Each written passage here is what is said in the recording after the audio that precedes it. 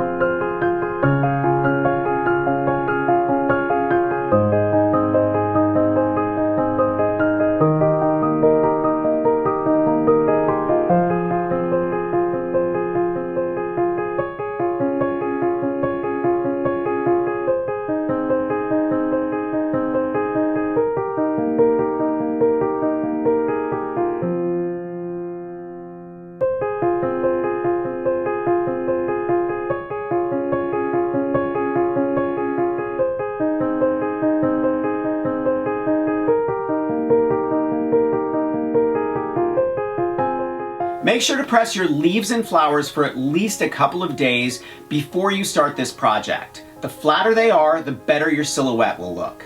Thumbs up if you like this video, leave me a comment and I will get back to you. Subscribe to my channel if you haven't already. Make sure to press that notification bell so you know when I have a new video. Grab a copy of the Big Ass Book of Home Decor and I will see you next week. Bye.